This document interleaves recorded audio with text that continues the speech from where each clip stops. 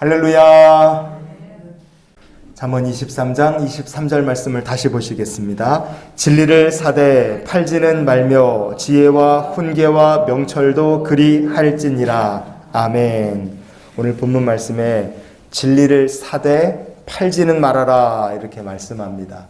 말씀을 통해 우리에게 주시는 하나님 마음을 좀 나눴으면 좋겠습니다. 자, 먼저 우리가 보기 원하는 것은 앞부분에 진리라 그랬죠. 이 진리다 이렇게 번역이 된 히브리어 본문이 에메트라는 말입니다. 에메트, 네 가지 뜻으로 우리가 볼 수 있어요. 첫 번째는 불변하다라는 뜻이 있고요.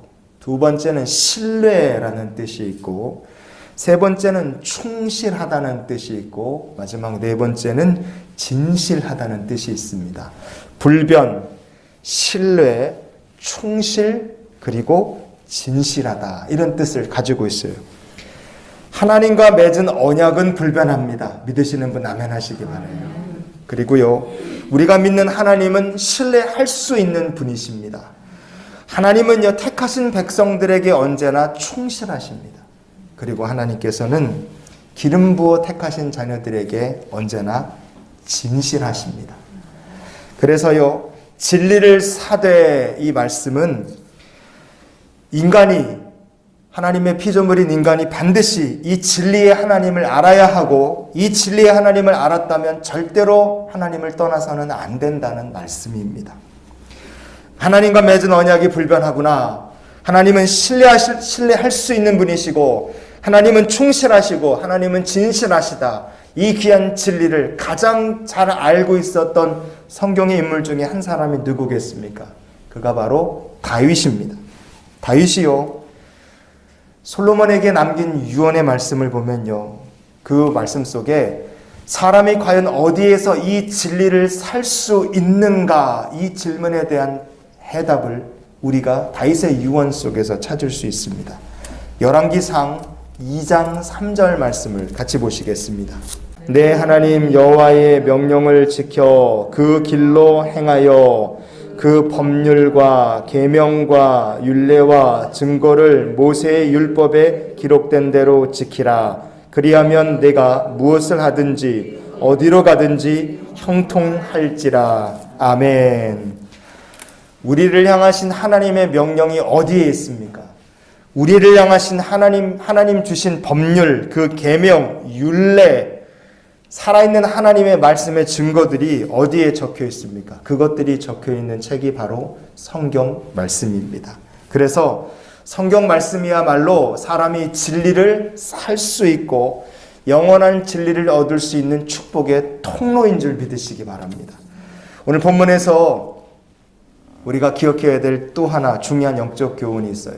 우리가 이 진리를 성경에서 얻을 수 있구나. 그렇다면 그 얻은 진리를 어떻게 해야 되느냐? 오늘 말씀해 보면 진리를 사되 팔지는 말며 그랬어요.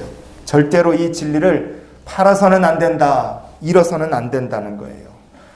판다 이렇게 번역이 된 히브리어 본문이 팀코르라는 말입니다. 팀코르, 이 말은요, 팔아버린다는 뜻도 있고 손에서 놔버린다는 뜻도 있고 포기를 해버린다 그런 뜻도 있습니다.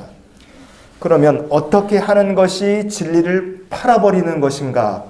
사람이 하나님의 말씀을 자기 손에서 놔버리는 거예요. 사람이 하나님의 말씀 가지고 인생 사는 것을 포기해버리는 겁니다. 그게 사람이 진리를 팔아버리는 행위인 거예요. 만약에 사람이 진리를 팔아버렸다. 그러면 그 인생이 어떻게 되겠습니까? 솔로몬이 진리이신 하나님의 말씀을 딱 붙들고 의지했을 때 그의 삶은요, 빛나고 형통했습니다. 영광이 있었어요. 열왕기상 10장 24절을 우리가 같이 보시겠습니다. 온 세상 사람들이 다 하나님께서 솔로몬의 마음에 주신 지혜를 들으며 그의 얼굴을 보기 원하여. 아멘. 온 세상 사람들이 그토록 칭찬을 하고 그리고 그렇게 듣고 싶고 만나고 싶어 했던 솔로몬의 지혜가 있지 않았습니까? 그런데 그 지혜가 누구 것이냐? 솔로몬의 것이 아니었어요. 성경은 말씀합니다. 하나님께서 솔로몬의 마음에 주신 지혜다 이렇게 얘기합니다. 솔로몬이 분명히 알 거예요. 이 지혜는 어느 날 갑자기 내가 얻은 거예요. 하나님께서 지혜를 주신 거거든요. 자기 게 아닌 거란 걸 솔로몬이 분명히 알고 있었을 겁니다. 그러면 솔로몬이라는 사람이 해야 했던 행동이 무엇이냐? 지혜를 팔지 말며 끝까지 진리이신 하나님의 말씀과 동행하는 것이 솔로몬이라는 사람이 해야 되는 일이었어요. 왜냐? 지혜도 자기 게 아니에요.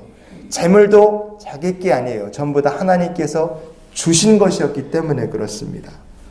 그러나 문제는 솔로몬이 나중에 어떻게 됐습니까? 열왕기상 11장 4절 말씀을 우리가 이어서 보시겠습니다. 솔로몬의 나이가 많을 때에 그의 여인들이 그의 마음을 돌려 다른 신들을 따르게 하였으므로. 아멘. 참 안타깝죠. 이 말씀 한 절은요, 솔로몬이 가장 귀한 보물, 가장 귀한 진리를, 귀한 보물인 진리를 헐값에 팔아 넘겨버린 거예요. 그 결과는 뭡니까? 솔로몬 이후로 이스라엘은 둘로 쪼개졌습니다. 그리고 두 번 다시는 다윗의 시대, 솔로몬 시대의 영광 근처도 가까이 가본 나라가 없게 됐어요. 그래서 우리가 솔로몬의 실수에서 배울 수 있기를 원합니다. 우리가 어떤 기도로 이 한날의 삶을 살았으면 좋겠습니까? 하나님, 오늘도 하나님의 진리의 말씀을 나의 가장 귀한 보물로 삼고 살게 해 주시옵소서. 하나님의 말씀이 우리에게 지혜를 더하시고 우리에게 훈계를 주시고 우리를 명철케 하시며 우리의 삶에 축복을 더하여 주실 줄 믿습니다. 그러니 가장 귀한 보물인 예수 그리스도 그리고 진리의 말씀 붙들고 오늘 축복의 땅을 향하여 나아가는 귀한 날이 되시기를 주의 이름으로 축원을 드립니다.